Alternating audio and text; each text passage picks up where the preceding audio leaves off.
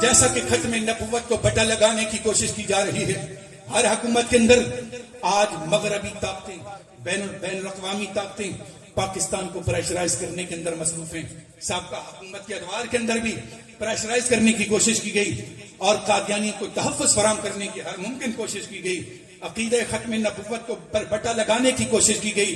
تو حضرات ذیوقار، اللہ کی عزت کی قسم، جب تک اہل سنت کے آخری خون بھی اگر اس کے اندر موجود ہے سنیوں کے اندر، اللہ کی عزت کی قسم، جس طرح حجر نے جو ہے وہ جب نبوت کو چیلنج کیا گیا تو حجر نے دشمن کی پرواہ نہیں کی وہ کس کی مٹھی میں ہے. تو اہل سنت بھی عقیدہ ختم نبوت کے تحفظ کے لیے کسی کی پرواہ نہیں کریں گے وہ کس کی حکومت میں ہے، کسی کی پرواہ نہیں کریں گے کس کے علاقہ میں ہے، کسی کی پرواہ نہیں کریں گے وہ کس کے کنٹرول میں ہے. لہذا عقیدہ ختم نبوت کی خاطر ہم اپنی جان نچھاور کرنے سے بھی پیچھے نہیں رہیں گے. تو لہذا یہ آئین پاکستان بھی ہے اور اسلام کا حکم بھی ہے، شرعی حکم بھی ہے کہ قادیانی کل بھی کافر تھے، قادیانی آج بھی کافر ہیں، قادیانی کل بھی کافر تھے، قادیانی آج بھی کافر ہیں، قادیانی کل بھی کافر تھے، قادیانی آج بھی کافر ہیں. اللہ کی عزت کی قسم، عقیدہ ختم نبوت کے تحفظ کے لیے ہم نہیں پرواہ کریں گے کہ ہم کس کی حکومت میں ہیں، چاہے کسی کی بھی حکومت ہو، کسی سیاسی جماعت کی حکومت ہو، ہم نہیں پرواہ کریں گے ہم کس کے کنٹرول، کس کے علاقے اور کس کی حکومت کے اندر ہیں. حضرت ذیوقار، یا ایھا النبی، اے غیب کی خبر دینے والے، انا ارسلناک، بے شک ہم نے آپ کو بھیجا. اس آیہ کریمہ کے اندر نبی محتشم صلی اللہ علیہ وسلم کے 5 اوصاف بیان کیے گئے. لہذا ہر لفظ کے بارے میں تھوڑی تھوڑی گفتگو کرنے کی میں سعادت حاصل کروں گا.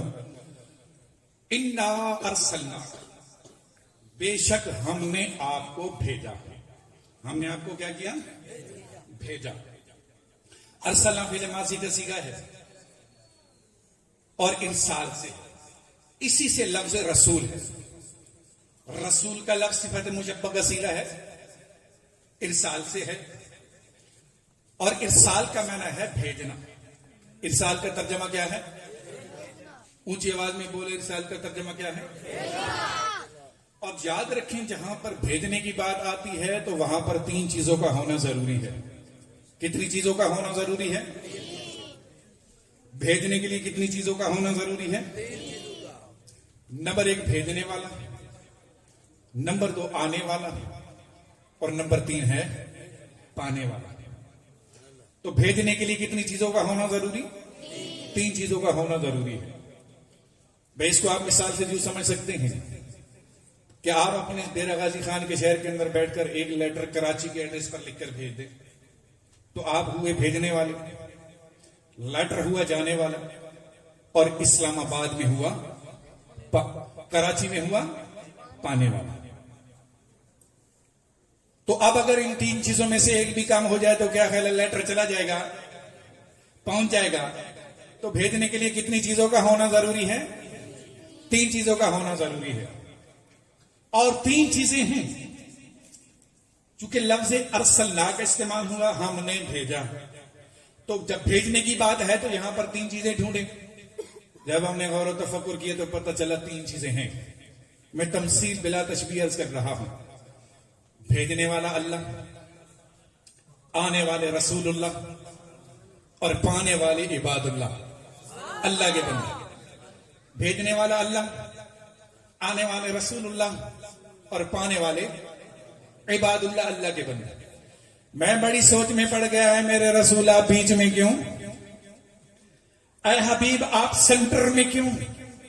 تو میری اس کو وجدان نے جواب دیا، قادری صاحب جو بیچ میں ہوتا ہے سیم ٹائم اس کا تعلق اوپر والے سے بھی ہوتا ہے اور نیچے والے سے بھی ہوتا ہے.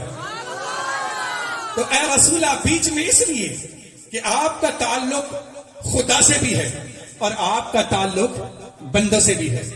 آپ کا تعلق خدا سے بھی ہے اور آپ کا تعلق بندوں سے بھی ہے. لہذا اے رسول اب تم کو جو چاہیے وہ خدا سے لیتے رہو. اے رسول تم کو جو چاہیے وہ خدا سے لیتے رہو. شریعت چاہیے تو خدا سے لو, طریقت چاہیے تو خدا سے لو, حقیقت چاہیے تو خدا سے لو, معرفت چاہیے تو خدا سے لو, آئین چاہیے تو خدا سے لو, دستور چاہیے تو خدا سے لو, ضابطہ چاہیے تو خدا سے لو, قرآن چاہیے تو خدا سے لو, حدیث چاہیے تو خدا سے لو, نمازوں کی فرضیت چاہیے تو خدا سے لو, اذانوں کا جذبہ چاہیے تو خدا سے لو, مساجد کی عبادت گاہ چاہیے تو خدا سے لو. تو اے رسول, تم کو جو چاہیے وہ میرے خدا سے لیتے رہو, اور میرے بندو تم کو جو چاہیے میرے مصطفیٰ سے لیتے رہو, میرے مصطفیٰ سے لیتے رہو. شریعت چاہیے تو مصطفیٰ سے لو, طریقہ چاہیے تو مصطفیٰ سے لو, حقیقت چاہیے تو مصطفیٰ سے لو, ضابطہ چاہیے تو مصطفیٰ سے لو, طریقہ چاہیے تو مصطفیٰ سے لو, آئین چاہیے تو مصطفیٰ سے لو, قرآن چاہیے تو مصطفیٰ سے لو, حدیث چاہیے تو مصطفیٰ سے لو, عبادت کی فرضیت چاہیے تو مصطفیٰ سے لو, ضابطہ چاہیے تو مصطفیٰ سے لو, آئین چاہیے تو مصطفیٰ سے لو, رحمان کا پتہ چاہیے تو بھی میرے مصطفیٰ سے لیتے رہو. تو اے رسول, تم کو جو چاہیے وہ خدا سے لیتے رہو, میرے بندو تم کو جو چاہیے میرے مصطفیٰ سے لیتے رہو. اب جو بیچ میں ہوتا ہے, جو بیچ میں ہوتا ہے, سینٹر میں ہوتا ہے, نہ تو اوپر والے کے برابر ہے نہ نیچے والے کے برابر. سینٹر والا نہ اوپر والے کے برابر ہے نہ ہی نیچے والے کے برابر. بھئی ایک اسٹوڈنٹ اگر فرسٹ ایئر کلیئر کر کے سیکنڈ ایئر میں پہنچ جائے تو ہم سمجھ جائیں گے کہ یہ اسٹوڈنٹ نہ تو تھرڈ ایئر کے برابر ہے نہ ہی فرسٹ ایئر کے برابر. اس لیے کہ سیکنڈ ایئر یعنی 12ویں کلاس نہ تو تھرڈ ایئر کے برابر ہے نہ ہی فرسٹ ایئر کے برابر.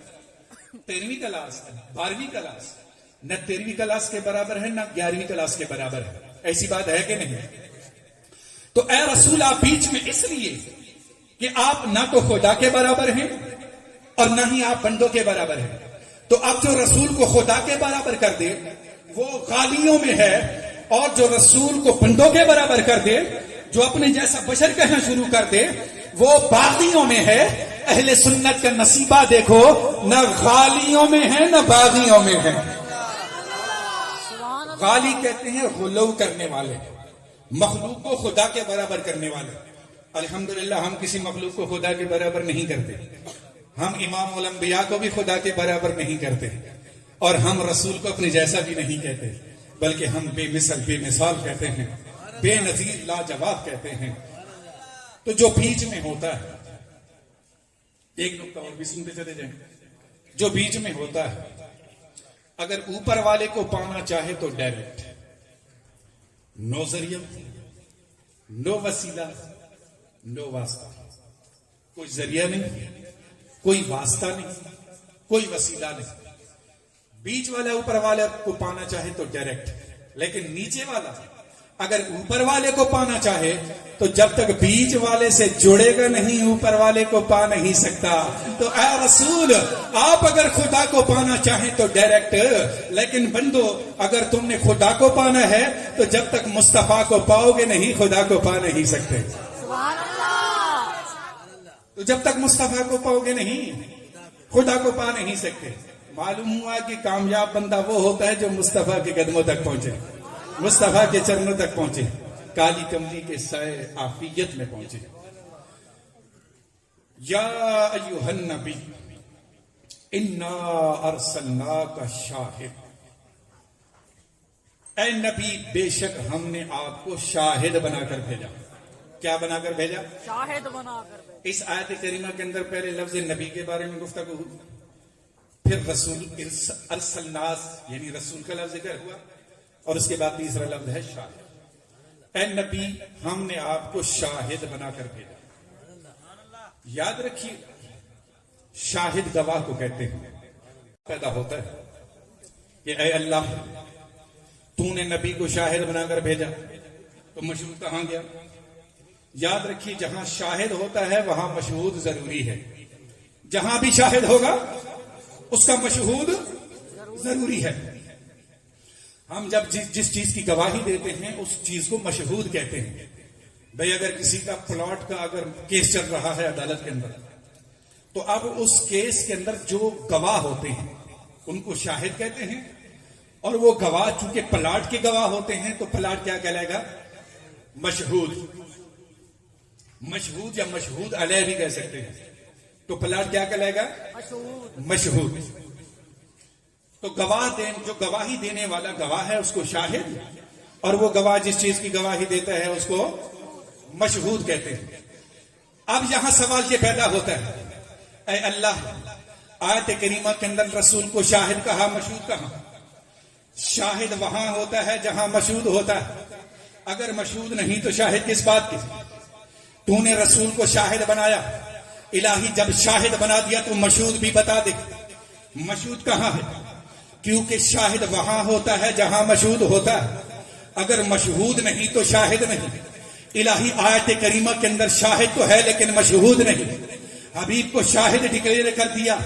اب حبیب کس بات کے شاہد ہیں؟ وہ مشہود نہیں ہے. تو الہی مشہود ہی بتا دیتا، مشہود کہاں ہے؟ تو میرے اس کو وجدان نے جواب دیا، قادری صاحب، جس طرح مصطفیٰ جان رحمت کے اوصاف کی کوئی حد نہیں، نبی کے مشہود کی بھی کوئی حد نہیں. جب اوصاف لا محدود ہیں تو نبی کے مشہود بھی لا محدود ہیں. یہی وجہ ہے کہ نبی کریم صلی اللہ علیہ وسلم آپ شاہد ہیں نبوت آدم صفی اللہ کے. حضرت آدم علیہ السلام کی نبوت کے بھی شاہد ہیں. حضور شاہد ہیں نبوت حضرت نوح کے. حضور شاہد ہیں نبوت حضرت ابراہیم کے. حضور شاہد ہیں نبوت حضرت اسماعیل کے. حضور شاہد ہیں نبوت حضرت اسماعیل کے.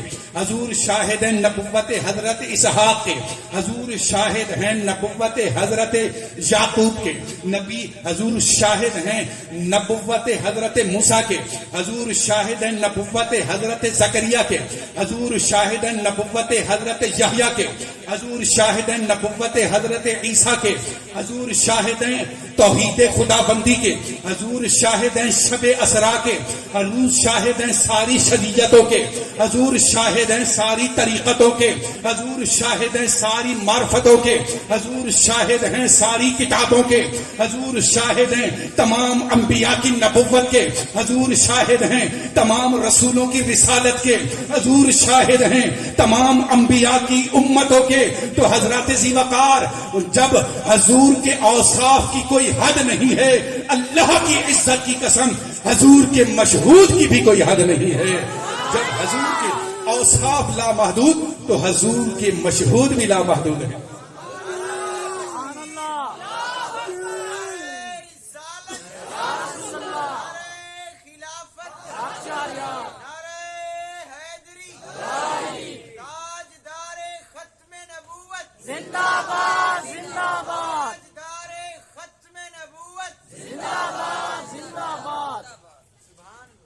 آگے ارشاد فرمایا مبشرا و نذیرا، اے محبوب ہم نے آپ کو مبشر بشارت دینے والا بنا کر بھیجا، و نذیرا اور ڈر سنانے والا بنا کر بھیجا.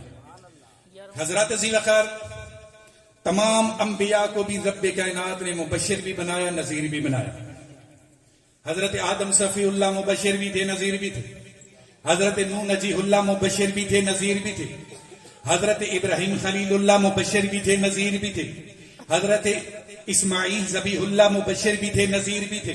حضرت یعقوب علیہ السلام مبشر بھی تھے، نذیر بھی تھے. حضرت یوسف علیہ السلام مبشر بھی تھے، نذیر بھی تھے. حضرت موسیٰ علیہ السلام مبشر بھی تھے، نذیر بھی تھے. حضرت زکریا علیہ السلام مبشر بھی تھے، نذیر بھی تھے. حضرت یحییٰ علیہ السلام مبشر بھی تھے، نذیر بھی تھے. حضرت عیسیٰ روح اللہ مبشر بھی تھے، نذیر بھی تھے. اور مصطفیٰ جان رحمت کو بھی رب کائنات نے مبشر بھی بنایا، نذیر بھی بنایا. تو آخر یہ ڈفرنس کیسے ہوگا؟ یہ فرق کیسے واضح ہوگا؟ انبیاء کی بشارت اور حضور کی بشارت میں فرق کیسے واضح ہوگا؟ یہ امتیاز کیسے پیدا ہوگا؟ تو میرے عشق و وجدان نے جواب دیا، ارے قادری صاحب، سارے انبیاء جنت کی بشارت دیتے رہے، لیکن جنت کا ذکر سن کر حضرت آدم نے جنت کی بشارت کو ذکر کیا، لیکن جنت کی بشارت دی لیکن سن کر دی. حضرت نوح نجیح اللہ نے جنت کی بشارت دی لیکن سن کر کے دی. حضرت ابراہیم خلیل اللہ نے جنت کی بشارت دی لیکن کتابوں سے سن کر کے دی. حضرت اسماعیل ذبیح اللہ نے جنت کی بشارت دی لیکن جنت کا ذکر سن کر.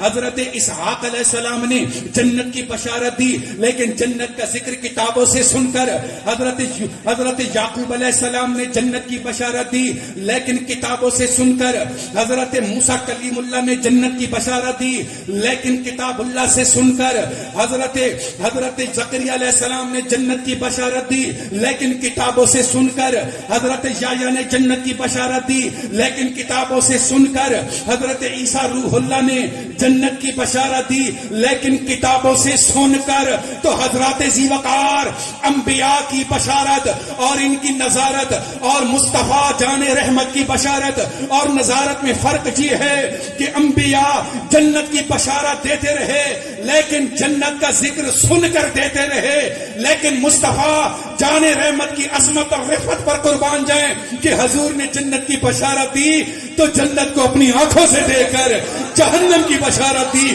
تو جہنم کو اپنی آنکھوں سے دیکھ کر، سبحان اللہ، تو لہذا وہ جنت کی بشارت دیتے رہے اور جہنم سے ڈر بھی سناتے رہے، لیکن جنت اور جہنم کا ذکر سن کر کتاب اللہ سے پڑھا، لہذا اپنی امتوں کو ڈراتے رہے، بشارت دیتے رہے، لیکن مصطفیٰ نے جنت کی بشارت دی، جنت کو اپنی آنکھوں سے دیکھ کر، جہنم کی نظارت دی تو جہنم کو اپنی آنکھوں سے دیکھ کر۔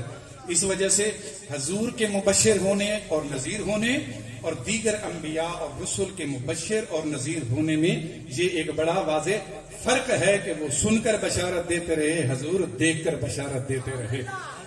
اس کے بعد آخر میں ارشاد فرمایا سراجا منیرا، اے محبوب ہم نے آپ کو روشن چراغ بنا کر بھیجا۔ یہاں ایک سوال پیدا ہوتا ہے، سوال یہ ہے کہ حضور کو آیت کریمہ کے اندر چراغ کہا گیا۔ سراج کا میننگ ہے چراغ۔ سراج کس کو کہتے ہیں؟ چراغ کو کہتے ہیں۔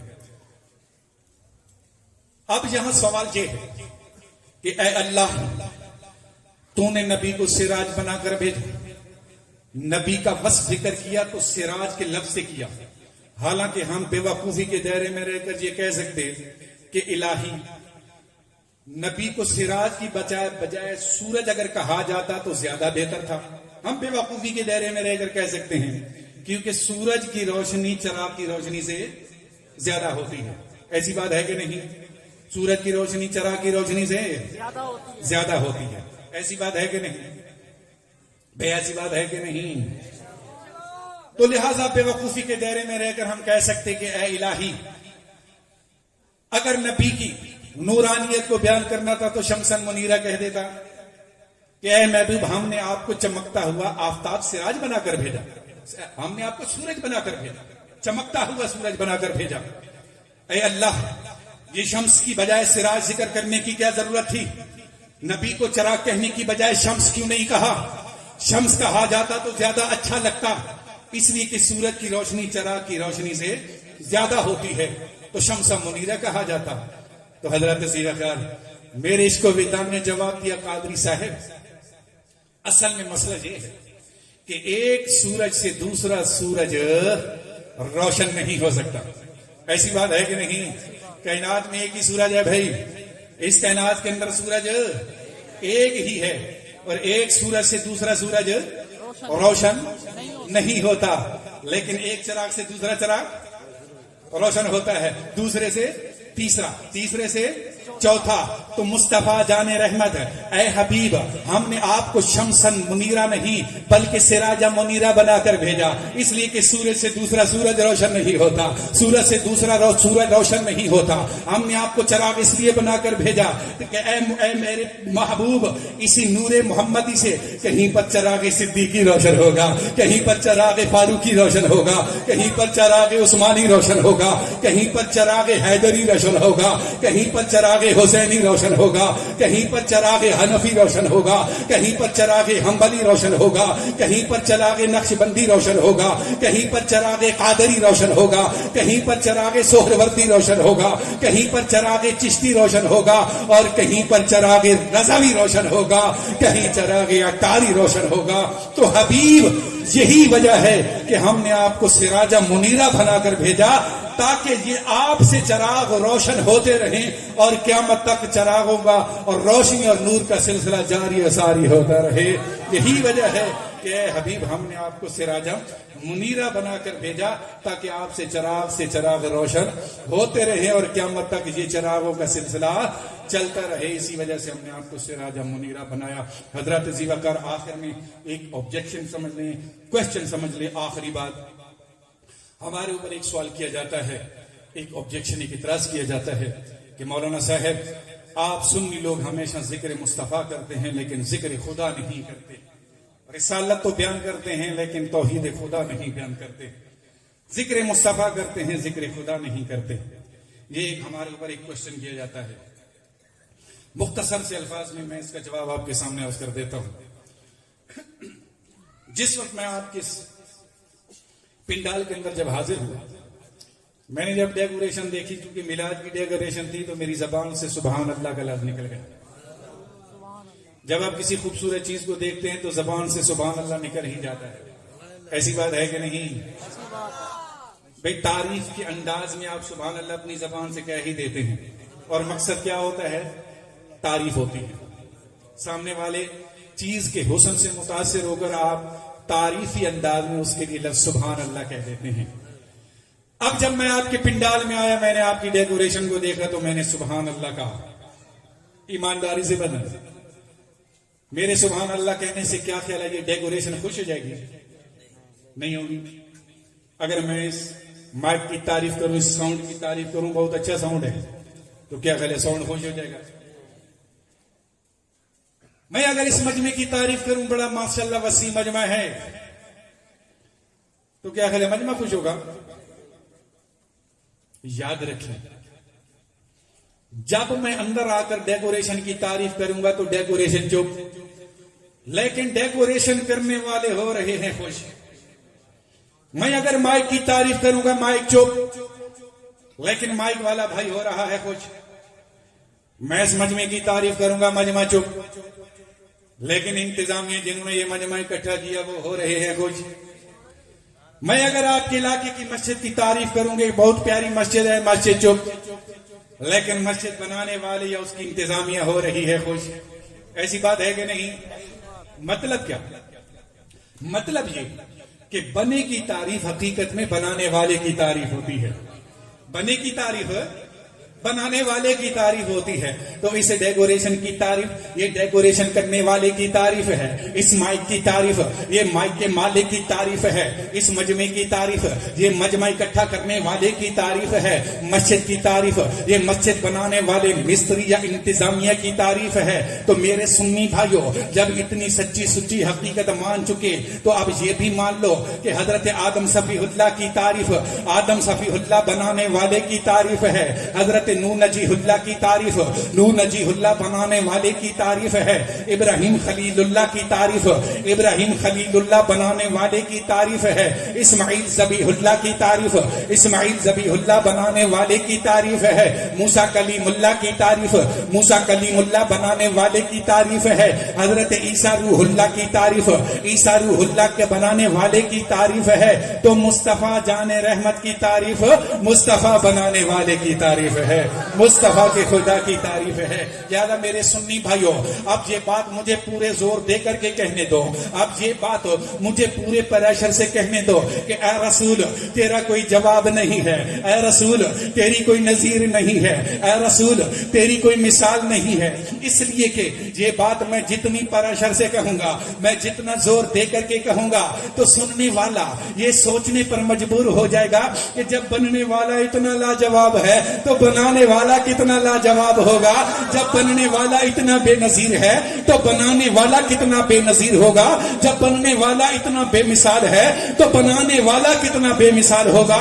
تو بنے کی تعریف یہ بنانے والے کی تعریف ہوتی ہے.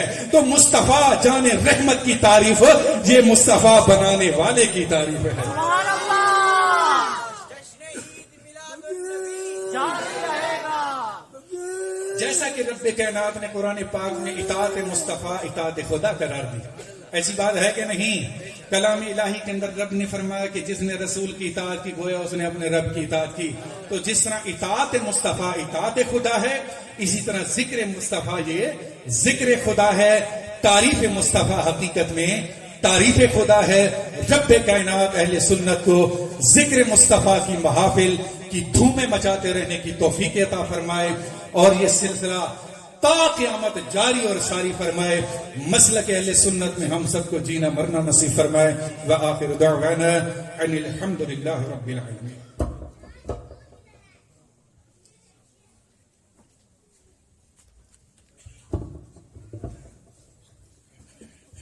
مصطفیٰ جان رحمت پہ لاکھوں سلام شمع بز میں ہدایت پہ لاکھوں سلام شمع بز میں ہدایت پہ لاکھوں سلام جے سہانی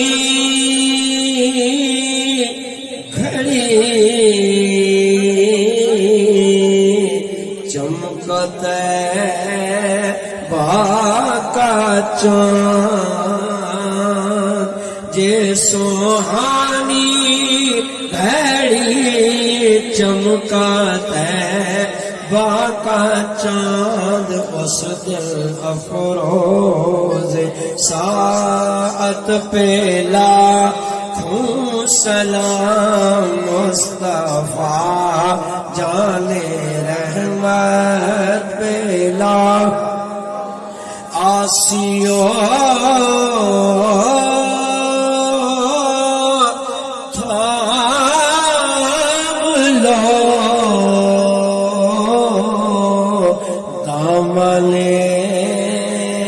مصطفیٰ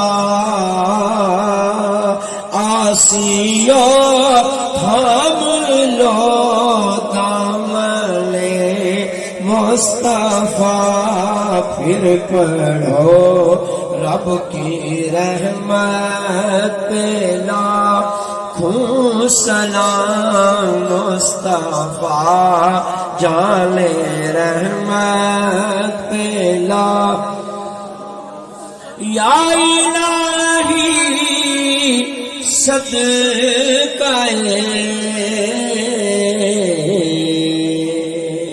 والدین رسول یا الہی واسطہ آل و اصحاب رسول یہ سلام آج زانا ہو قبول.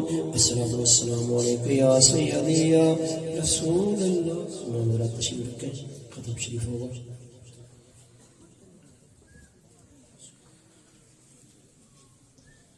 أعوذ بالله من الشيطان الرجيم. بسم الله الرحمن الرحيم.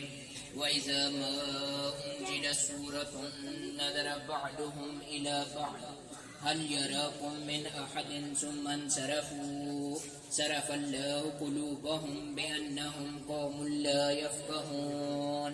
لقد جاءكم رسول من أنفسكم عزيز عليه ما عنتم حريص عليكم بالمؤمنين رؤوف رحيم. فإن تولوا فقل حسبي الله لا إله إلا هو عليه توكلت وهو رب العرش العظيم. بسم الله الرحمن الرحيم. قل يا أيها الكافرون لا أعبد ما تعبدون ولا أنتم عابدون ما أعبد ولا أنا عابد ما عبدتم ولا أنتم عابدون ما أعبد لكم دينكم ولي دين. بسم الله الرحمن الرحيم. قل هو الله أحد الله الصمد لم يلد ولم يولد ولم يكن له كفوا أحد. بسم الله الرحمن الرحيم. قل هو الله أحد الله الصمد لم يلد ولم يولد ولم يكن له كفوا أحد بسم الله الرحمن الرحيم قل هو الله أحد الله الصمد لم يلد ولم يولد ولم يكن له كفوا أحد بسم الله الرحمن الرحيم قل أعوذ برب الفلق من شر ما خلق ومن شر غاسق إذا وقب ومن شر النفاسات في العقد ومن شر حاسد إذا حسد بسم الله الرحمن الرحيم قل أعوذ برب الناس ملك الناس إله الناس من شر الوسواس الخناس الذي يوسوس في صدور الناس من الجنة والناس الله أكبر بسم الله الرحمن الرحيم الحمد لله رب العالمين الرحمن الرحيم مالك يوم الدين إياك نعبد وإياك نستعين اهدنا الصراط المستقيم صراط الذين أنعمت عليهم غير المغضوب عليهم ولا الضالين آمين بسم الله الرحمن الرحيم ألف لام ميم ذلك الكتاب لا ريب فيه هدى للمتقين الذين يؤمنون بالغيب ويقيمون الصلاة ومما رزقناهم ينفقون والذين يؤمنون بما أنزل إليك وما أنزل من قبلك وبالآخرة هم يوقنون أولئك على هدى من ربهم وأولئك هم المفلحون إن رحمة الله قريب من المحسنين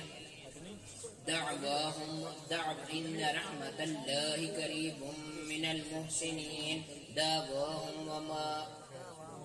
دعواهم فيها سبحانك اللهم وتحيتهم فيها سلام وآخر دعواهم أن الحمد لله رب العالمين وما أرسلناك إلا رحمة للعالمين ما كان محمد أبا أحد من رجالكم ولكن رسول الله وخاتم النبيين وكان الله بكل شيء عليما إن الله وملائكته يصلون على النبي يا أيها الذين آمنوا صلوا عليه وسلموا تسليما اللهم صل على سيدنا ومولانا محمد صاحب التاج والمراج والبراق والألم دافع البلاء والوباء والقحط والمرض والألم اسمه مكتوب مرفوع مشفوع منقوش في اللوح والقلم سيد العرب والأجم جسمه مقدس معطر مطهر منور في البيت والحرم شمس الدهى بدر الدجى صدر الأولى نور الهدى كهف الورى مصباح الظلم جميل الشيم شفيع الأمم صاحب الجود والكرم والله واسمه وجبريل خادمه والبراق مركبه والمعراج سفره وسدرة المنتهى مقامه وقاب قوسين مطلوبه والمطلوب مقصوده والمقصود موجوده سيد المرسلين خاتم النبيين شفيع المذنبين أنيس الغريبين رحمة للعالمين راحة العاشقين مراد المشتاقين شمس العارفين سراج السالكين مصباح المقربين محب الفقراء والغرباء والمساكين سيد الثقلين نبي الحرمين إمام القبلتين وسيلتنا في الدارين صاحبي قاب قوسين محبوبي رب المشركين ورب المغربين جد الحسن والحسين مولانا ومولى الثقلين أبي القاسم محمد بن عبد الله أبي القاسم محمد بن عبد الله نور من نور الله نور من نور الله يا أيها المشتاقون بنور جماله صلوا عليه وآله وأصحابه وسلموا تسليما سبحان ربك رب العزة عما يصفون وسلام على المرسلين والحمد لله رب العالمين فلله الحمد رب السماوات ورب الأرض رب العالمين وله الكبرياء في السماوات والأرض وهو العزيز الحكيم الله أكبر لا إله إلا الله والله أكبر ولله الحمد. ایک باری سورہ فاتحہ تے 3 دفعہ سورہ اخلاص تے اول آخر دروشی پڑھ کے قاری صاحب دینا.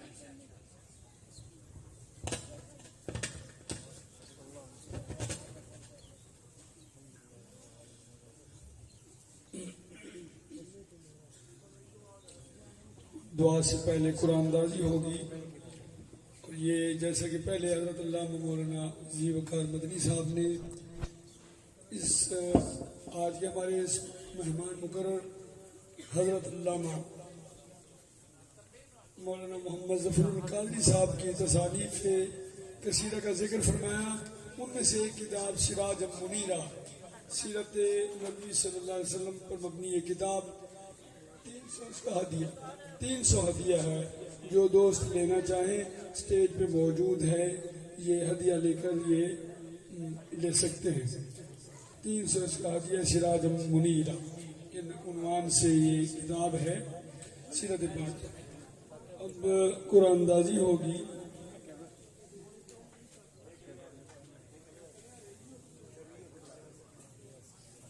اکاون چوراسی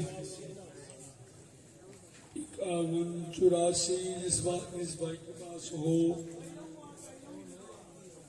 تشریف لائیں. 51 اس کے بعد 51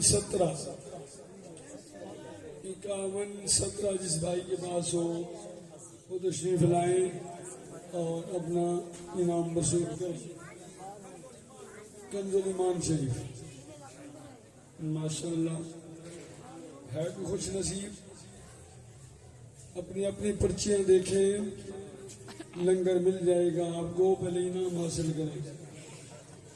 51 84 51 17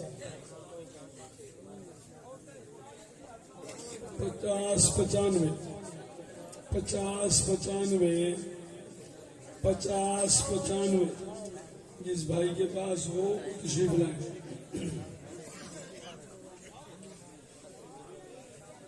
51 53 51 53 51 53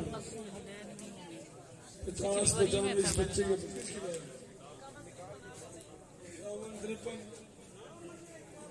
51 اور 50 95 یہ 2 بچے ہیں, ان کو یہ دیجیے.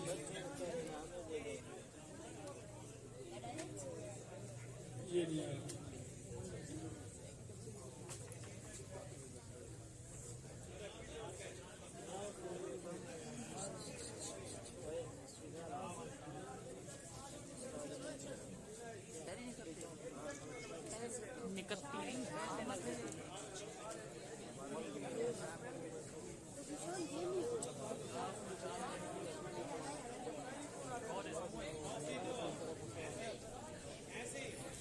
اکاون 17 51 84 51 17 51 84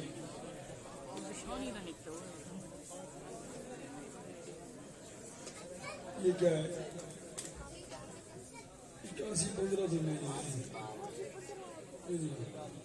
81 17 81 17 81 17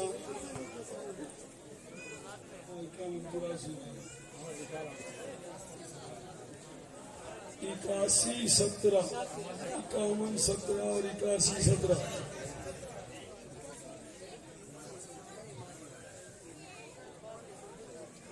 51 17 والا ہے کوئی؟ 51 17 والا دوست ہے تو آ جائے. 80 97 80 97 80 97 جس بھائی کا ہو 80 97 کے بعد 80 18 80 18 جس نے یہ کتاب لینی ہے وہ آگے تشریف لے اور ہدیہ دے کر کتاب حاصل کر جائیں گے.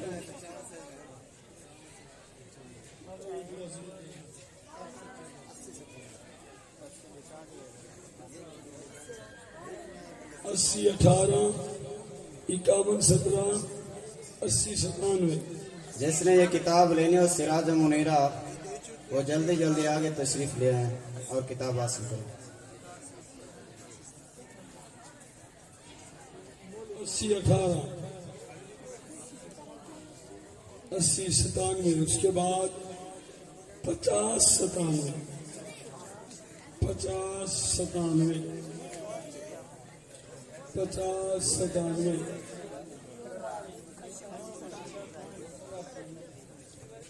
یہ نہیں ہے بیٹا یہ نہیں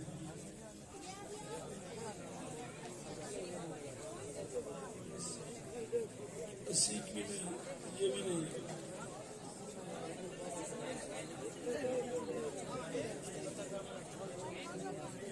80 18 80 97 80 97 تھی 50 97 51 17 80 18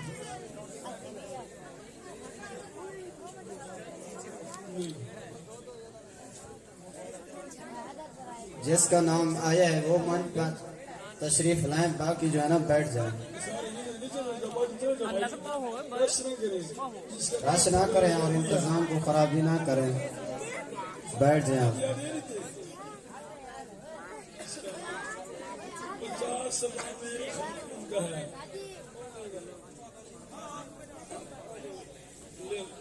50 97 یہ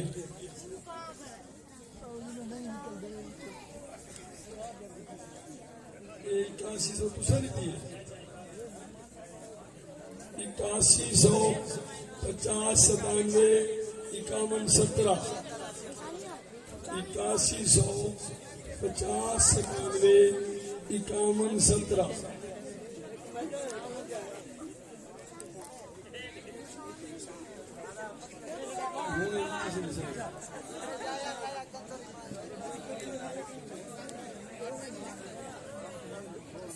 81